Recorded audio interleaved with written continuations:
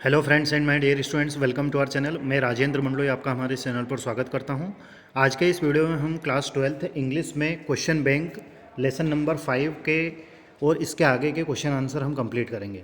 पिछले वीडियोज़ यदि आपने नहीं देखे हैं तो उन वीडियोज़ को ज़रूर देखिएगा, मैंने प्लेलिस्ट बना दी है। साथ ही आपके फ्रेंड्स, रिलेटिव, क्लासमेट्स के पास वीडियोज़ को शेयर करना ना भूलें। लेसन नंबर 5 है इंडिगो। इसके ऑथर का नाम है लुइस फिशर। ये भी आपको याद रखना है कि किस लेसन के ऑथर का नाम क्या है। ठीक है, चलिए क्वेश्चन नंबर फर्स्ट की ओर चलें। तो why is Rajkumar Shukla described as being resolute. Rajkumar Shukla को दृढ़ संकल्पी क्यों कहा गया। ठीक है, रिसोल्यूट मतलब होता है दृढ़ संकल्पी, मतलब जो किसी चीज़ को ठान ले और उसको करने का पूरा प्रयास करे, रेसोल्यूट कहा जाता है। तो इनको ऐसा क्यों कहा था। Rajkumar Shukla wanted Gandhi ji to accompany him to his district and named Champaran. Rajkumar Shukla चाहते थे कि गांधी जी उनके साथ उनके क्षेत्र, उनके ज़िले चंपारण में जाएं। And Gandhi ji was busy at that time. Gandhi ji उस समय व्यस्त थे। But Shukla never left Gandhi ji side. परंतु शुक्ला ने गांधी जी की साइड नहीं छोड़ी, मतलब उनके साथ में ही रहे। Ultimately Gandhi ji spared time to go with him. अंततः गांधी जी ने उनके साथ जाने के लिए समय निकाला। ठीक है, इसलिए उनको रिसोल्यूट कहा गया है। क्वेश्चन नंबर 2 है, why do you think servants thought Gandhi to be another peasant. नौकर ने ये क्यों सोचा कि गांधी जी जो हैं वह दूसरे किसान हैं, मतलब गांधी जी को एक किसान उसने कैसे समझा था। तो इसकी स्टोरी हमने बहुत अच्छे से पढ़ी है, और आपने भी यदि नहीं पढ़ी है तो उसको ज़रूर पढ़िएगा। मैंने प्लेलिस्ट बना दी है ना।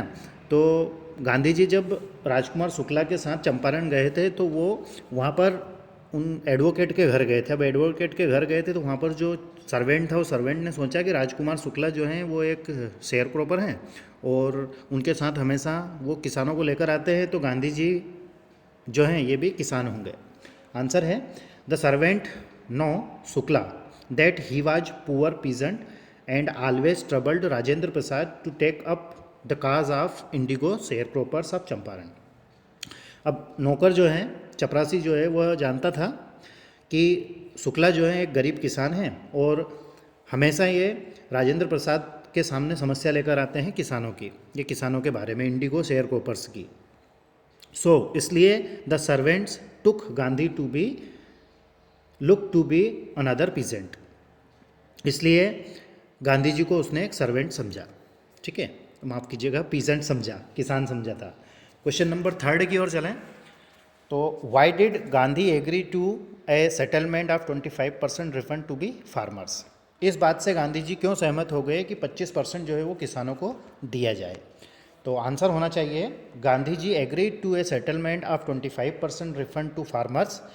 25% रिफंड करने से गांधी जी इसलिए सहमत हो गए थे because he wanted to the take lock on the percentage of refund between the landlords and the peasants.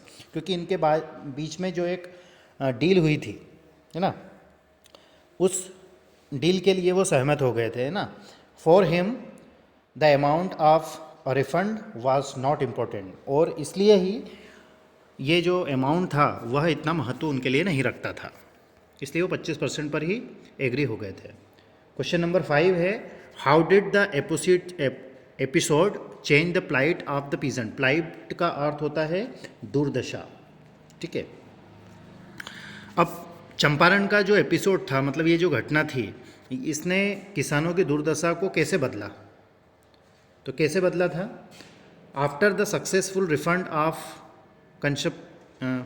Compensation the peasants for the first time realized their own rights and were liberated from the fear that he had plagued them।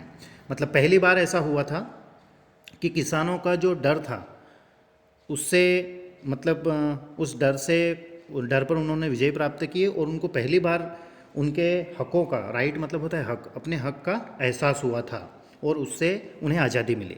ठीक है, this episode brought an end to the 15% arrangement of share croppings. और ये जो episode था ये 15% के arrangement पर ख़त्म हुआ था। क्वेश्चन नंबर 15, माफ़ कीजिएगा 5वां है, how was Gandhi able to influence lawyers? Influence का अर्थ होता है प्रभावित करना। गांधी जी ने वकीलों को किस तरीके से प्रभावित किया था? तो Gandhi was able to influence the lawyers through his conviction and patience questioning, है ना। गांधी जी ने वकीलों को उनके कन्विक्शन और पेशेंट के नज़रिए से उनको प्रभावित कर दिया था। Gandhi reapproach the lawyers of Muzaffarpur for changing a large sum of money as fee from the peasants. अब महात्मा गांधी ने उन वकीलों को चाइडेड भी किया था, मतलब उनको डांटा भी था कि वकील जो हैं वो वहाँ के किसानों से ज़्यादा फीस ले रहे थे। Gandhi also convinced the lawyers not to seek support from an English man and self reliant. ठीक है, नेक्स्ट क्वेश्चन नंबर 6 की ओर चलें।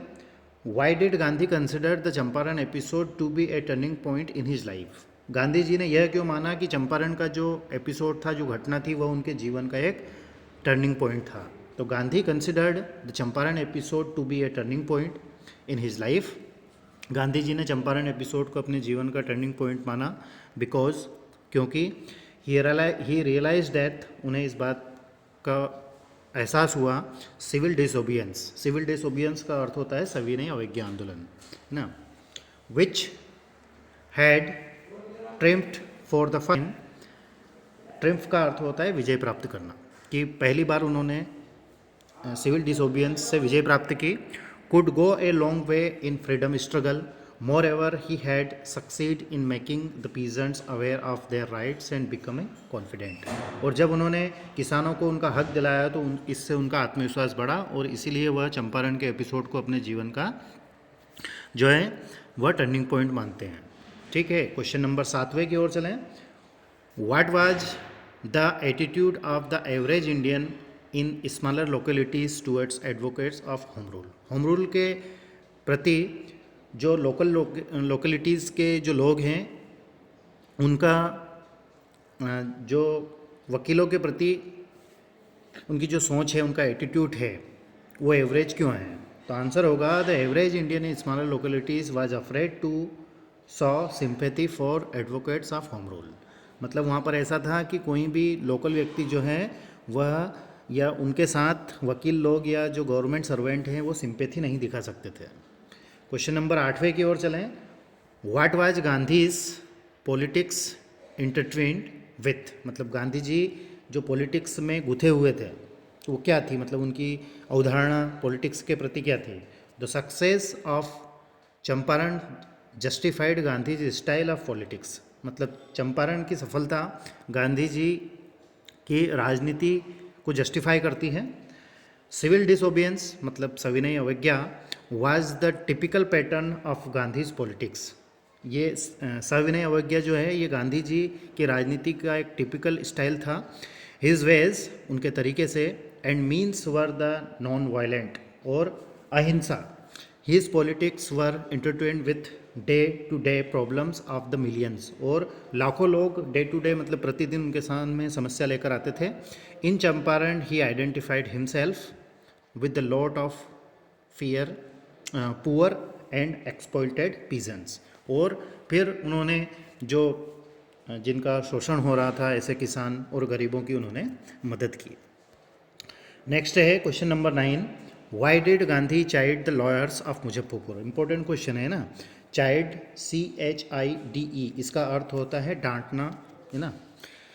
तो गांधी जी ने जो मुजफ्फरपुर के जो वकील थे उनको क्यों डांटा था? तो Gandhi chided the lawyers of Muzaffarpur by collecting big fee from the share croppers.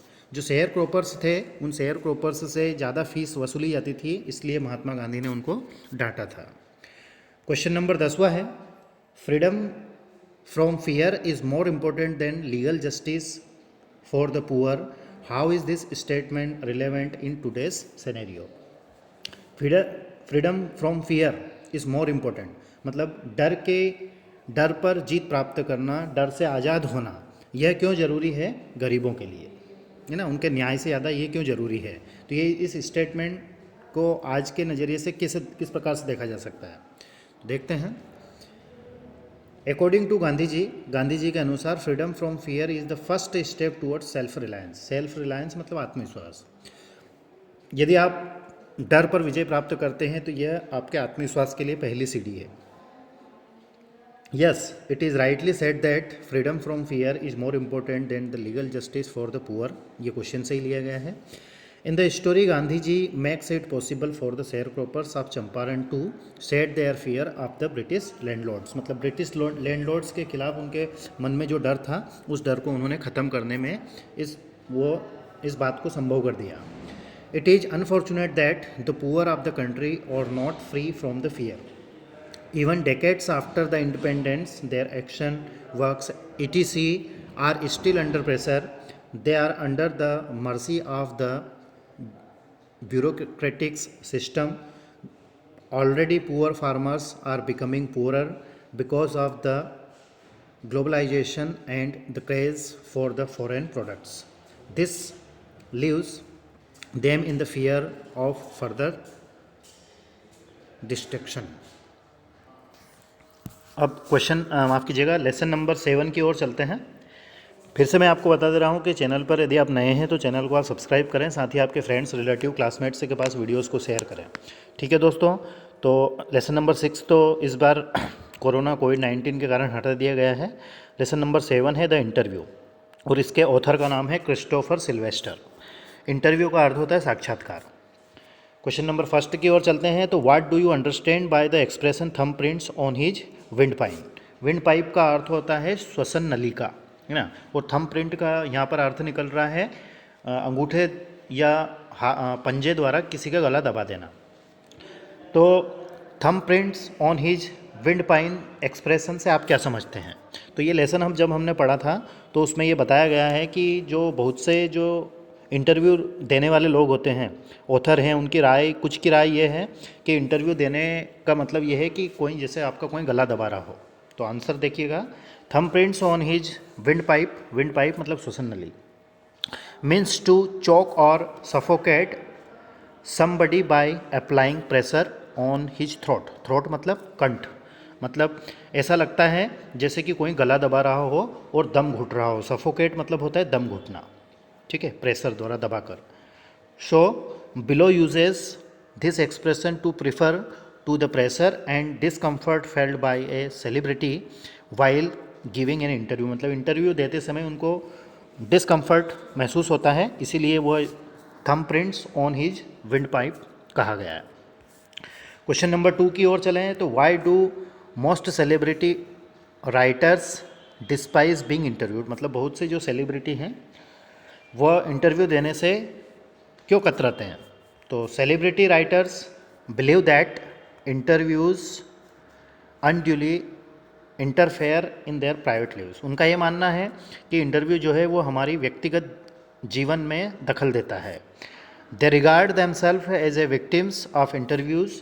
They claim that the interview in some way diminishes them. मतलब उनको क्या है, उनको नीचा दिखाने के लिए यूँ कह सकते हैं, या फिर उनके जो उससे मान घटता है यूँ कह सकते हैं, प्राइवेट लाइफ में दखलंदाजी करता है। Just like some accident cultures believed, ancient है ये, है ना, believed that a portrait of a person takes away in soul. और इसमें यह भी बताया गया है कि जब फर्स्ट टाइम फोटोग्राफी हुई थी तो उस समय लोगों का ये मानना था कि फ़ोटोग्राफ से आदमी की आत्मा को निकाल लिया जाता है। सोल मतलब होता है आत्मा, इस प्रकार से। क्वेश्चन नंबर 3 है, how does Eco find the time to write so much. Eco मतलब अम्बर्टो इको की बात हो रही है। इको लिखने के लिए इतना समय कैसे निकाल लेते थे? ठीक है, तो इसका आंसर होगा Umberto Eco said in life every person has empty spaces. Umberto Eco कहते हैं कि हर व्यक्ति के जीवन में एम्प्टी स्पेस होता है and periods with know important job. He sad that he did most of his writing in his free interest. मतलब जो एम्प्टी स्पेस है उसमें वो काम ज़्यादा करते हैं। कौन? Umberto Eco. He explained his working style. उन्होंने अपना लिखने का तरीका बताया। He said whom he waits for someone to come from the first floor to the second. उन्होंने ये कहा कि यदि मतलब आप यदि मुझसे मिलने आओगे फर्स्ट फ्लोर से सेकंड फ्लोर तक और मैं आपका इंतज़ार कर रहा हूँ, ठीक है, तो वो जो समय है उस समय को हम कहेंगे empty space. Rather works and rights, मैं उस समय को भी काम में लेता हूँ और उसमें भी लिखता हूँ, है ना। नेक्स्ट क्वेश्चन की ओर चलते हैं। क्वेश्चन नंबर 4 है, why was distinctive about Eco's academic writing style. Umberto Eco की राइटिंग स्टाइल के बारे में बात हो रही है। तो Eco's academic writing style was quite distinctive, his non functional writing scholarly works had a certain playful and personal quality about them. It was a marked departure from a regular academic style, which generally invariably depersonalized and often dry and boring. Bring नहीं है, boring है ना, dry and BORING। Question number 5वां है, What is the reason for the huge success of novel The Name of the Rose? अब अम्बर्टो eco ने एक नॉवेल लिखा है, उसका नाम है the name of the rose. वो इतना प्रसिद्ध क्यों हुआ, उसको इतनी सफलता क्यों मिली? The name of the rose is the novel of Umberto Eco has rightly pointed at that the success behind the name of the rose is mystery. Umberto eco ने कहा कि the name of the rose उपन्यास का सफलता का जो रहस्य है, माफ़ कीजिएगा, जो सफलता का कारण है वो एक रहस्य है, मतलब उनको खुद को नहीं पता है कि ये इतना सफल कैसे हुआ। It is a different sort of novel, यह अलग तरीके का नॉवेल है। It is quite serious novel, यह एक गंभीर उपन्यास है। Perhaps the time in history when it was written has proved favourable for its success, मतलब जिस समय में इसको लिखा गया शायद वही वो समय ही इसके लिए अनुकूल था, इसलिए ये सफल हुआ। क्वेश्चन नंबर 6 है, how have interviews become a commonplace of journalism, मतलब पत्रकारिता में इंटरव्यू एक सामान्य क्यों हो गया, विशेष नहीं सामान्य चीज़ क्यों हो गई। ओवर द लास्ट 130 ईयर्स, मतलब लगभग 130 वर्षों से the interviews are become a commonplace of journalism, पत्रकारिता में ये एक कॉमन प्लेस हो गया है। Almost everybody will have read an interview at some point during their life, मतलब लगभग हर व्यक्ति ने अपने जीवन में कम से कम एक इंटरव्यू तो ज़रूर पढ़ा होगा, है ना।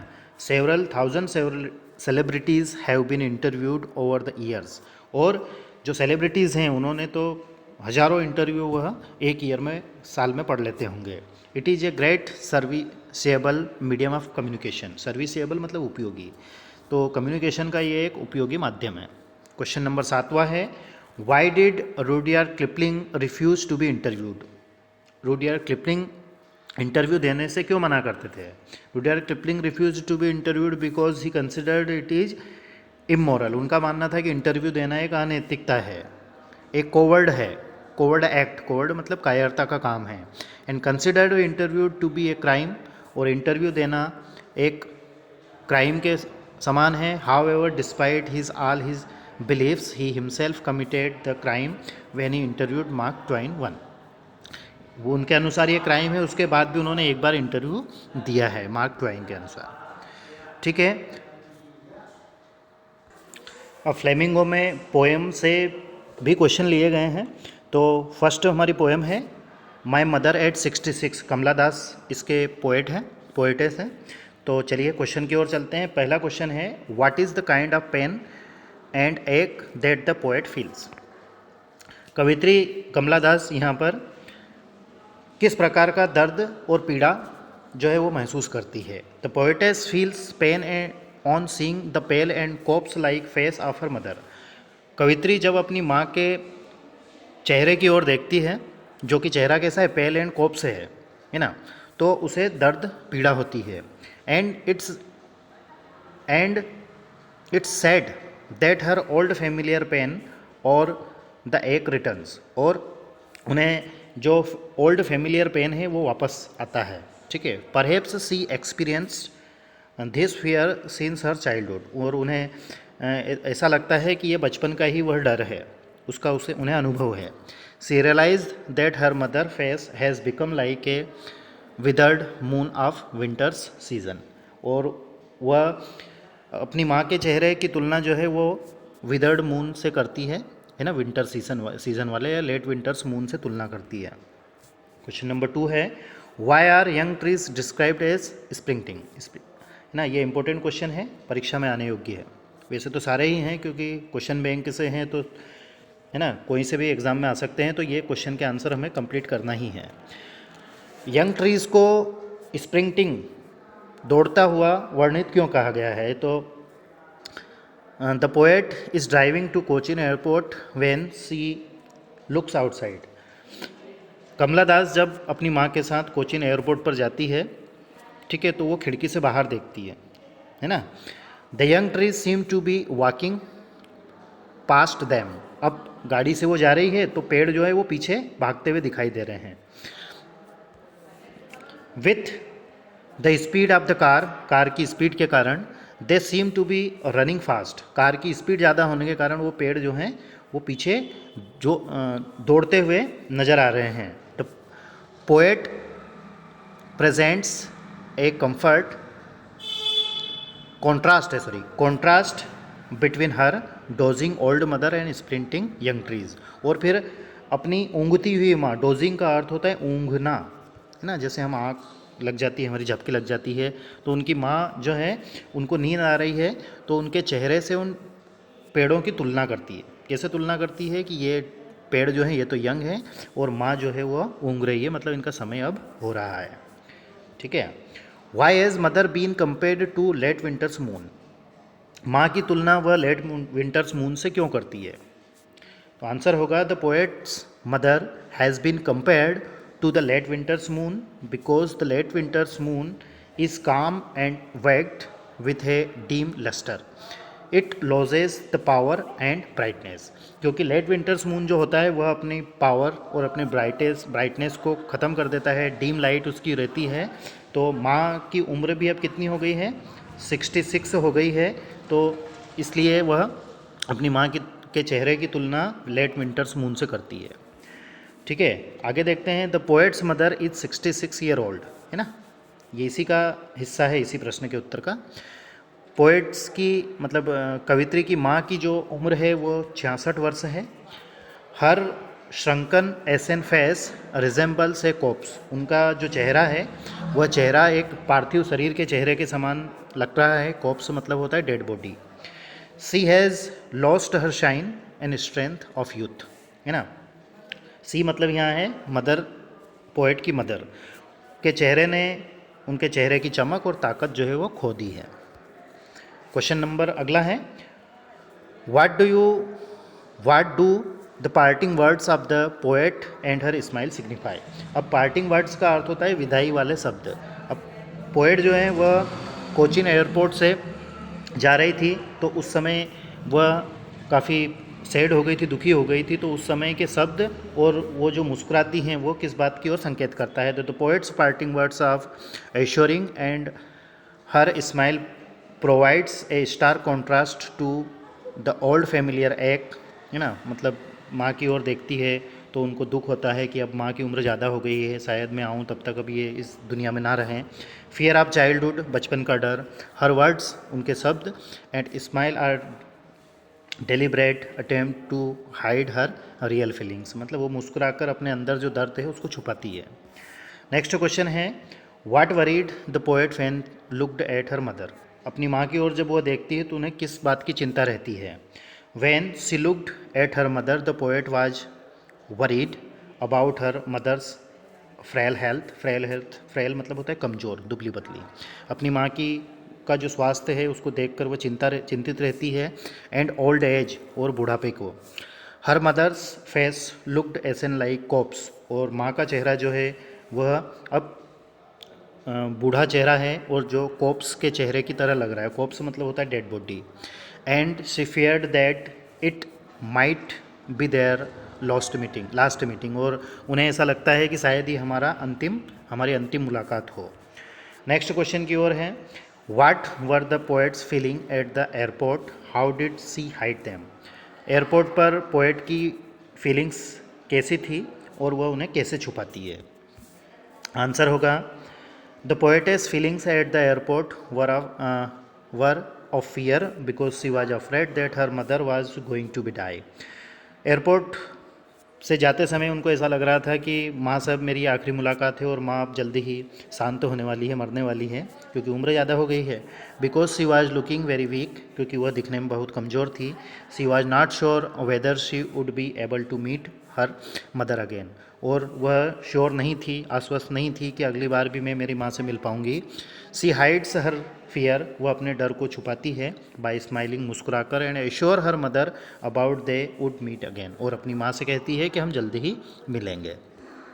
ये पोएम नंबर फर्स्ट के क्वेश्चन बैंक के क्वेश्चन हमने देखे। अब पोएम नंबर 2 है an elementary school classroom in a slum, है ना। इसके पोएट का नाम है स्टेफन स्पेंडर।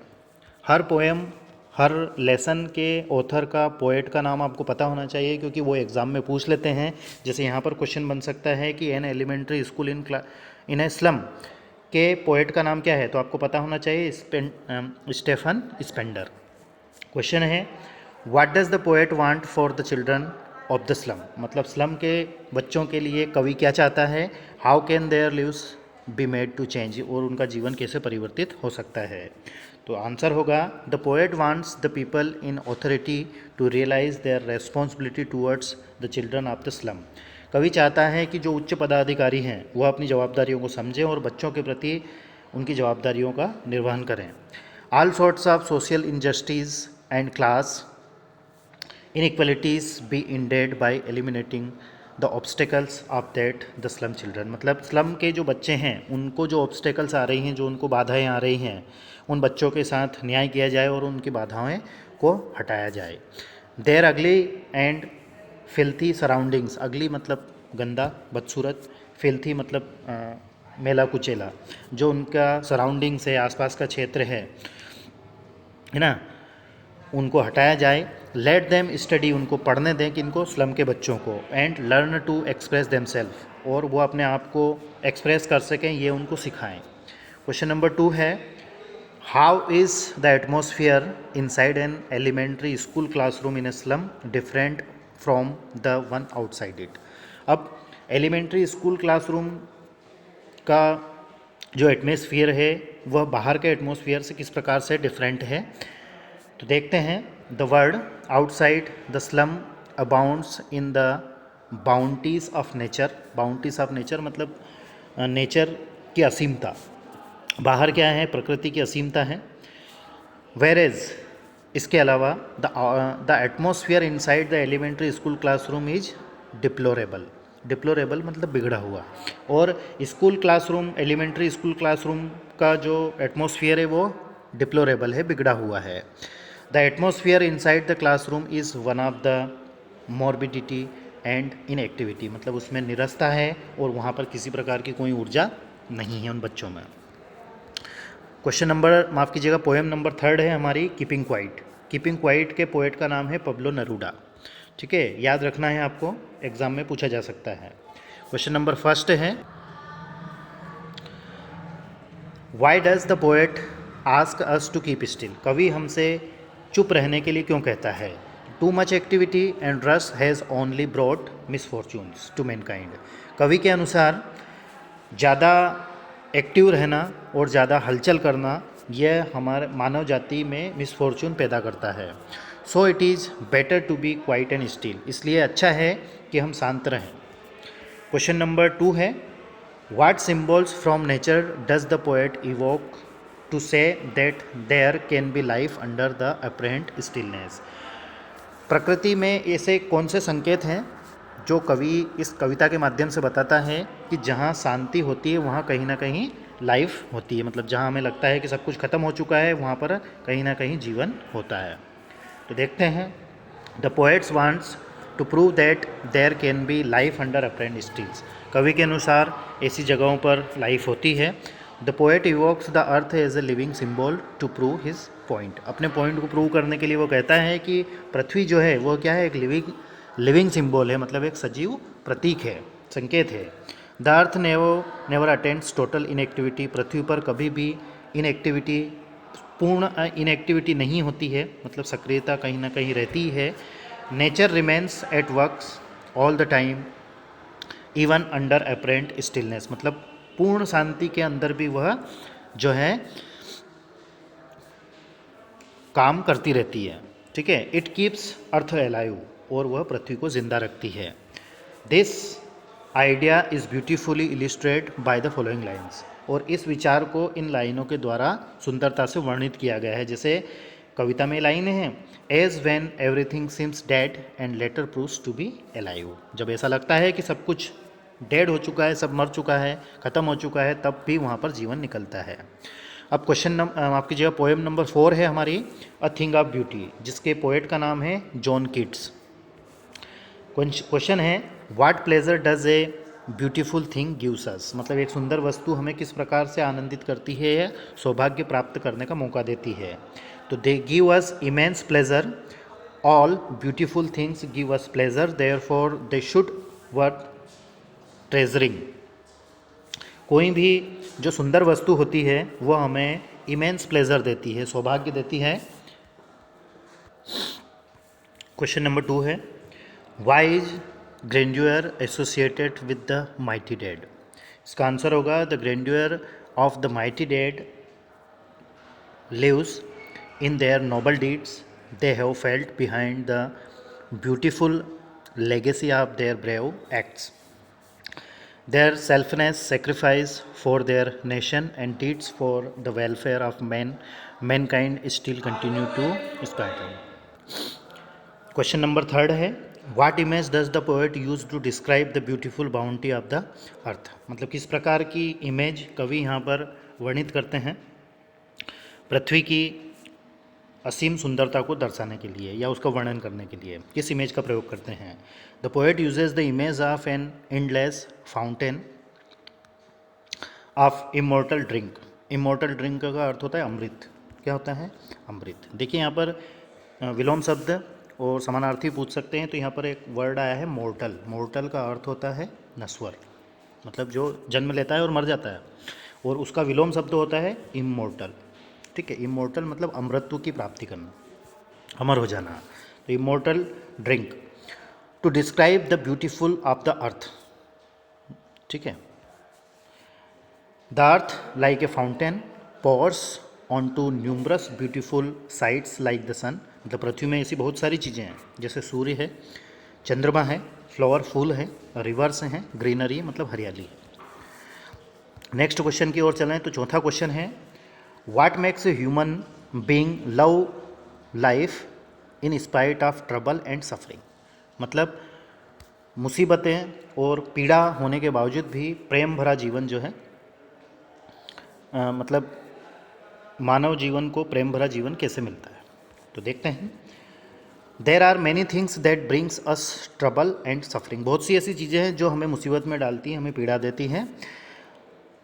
ठीक है, दे डेम्पर और स्पिरिट, वो हमारी आत्मा को थोड़ा दुखाती हैं, दर्द देती हैं। However some sad of beauty brings love, लेकिन प्रकृति की कुछ सैड, सुंदर सैड ऐसी हैं जो हमें प्रेम देती हैं, एंड हैप्पीनेस, खुशी देती हैं इन आवर लिव्स, हमारे जीवन में, in spite of such unpleasant thing. A thing of beauty removes the Pal of sadness, और थिंग ऑफ ब्यूटी है वह उन दुखी चीज़ों को, जो दुख देने वाली चीज़ें उनको हटा देती है, एंड सफरिंग देने वाली चीज़ों को हटा देती है। It makes us love life, और हमारे जीवन में प्रेम भर देती है। ठीक है, अब लास्ट पोएम है फ्लेमिंगो में, a road side stand, Robert Frost द्वारा लिखी गई है। चैनल को सब्सक्राइब करना ना भूलें, साथ ही आपके फ्रेंड्स, रिलेटिव, क्लासमेट्स के पास शेयर जरूर करें। पिछले वीडियो नहीं देखे हैं तो उनको जरूर देखिएगा, प्लेलिस्ट मैंने बना दी है। ठीक है, where was the stand situated and how was it made, stand कहाँ पर सिचुएटेड थी और इसे कैसे बनाया गया था। तो in front of on one side a road side stand, मतलब रोड के एक साइड में, एक मकान के सामने, वाज सेटअप, वो बनी हुई थी। Thousands of public people in their cars passed that road, और उस रास्ते से हज़ारों लोग जो हैं वो निकलते थे, मतलब ट्रैफिक ज़्यादा था। क्वेश्चन नंबर 2 है, what will be a great relief to the poet how can the problem of the rural people be solve. कवि के लिए ग्रेट रिलीफ क्या था, ये क्या होगा, how can the problem of the rural people solve, मतलब ग्रामीण क्षेत्र, रूरल मतलब ग्रामीण, ग्रामीण क्षेत्र के लोग की समस्या कैसे सॉल्व होगी। The pain and suffering of the poor people melts the poet's heart. Melt का अर्थ होता है पिघला देना, मतलब जो गरीब लोग हैं उनकी सफरिंग उनके दिल को पिघलाती है। He could hardly been it sometime he feels that will ultimately take away all their suffering, कि मृत्यु एक दिन उनकी सारी पीड़ा को हर लेगी। It they cause to exist excite it will be bring the poet a great relief. ठीक है, तो आज के इस वीडियो के माध्यम से हमने क्वेश्चन बैंक के क्वेश्चन आंसर का पार्ट 2 हम आपके लिए लेकर आए थे और हमने इन प्रश्नों के उत्तर आपके सामने प्रस्तुत किए हैं। वीडियो यदि आपको पसंद आया हो तो कमेंट्स करके जरूर बताएं, साथ ही आपके फ्रेंड्स, रिलेटिव, क्लासमेट्स के पास शेयर करें। Thank you very much for watching and please take care of your सेल्फ। Thank you once again.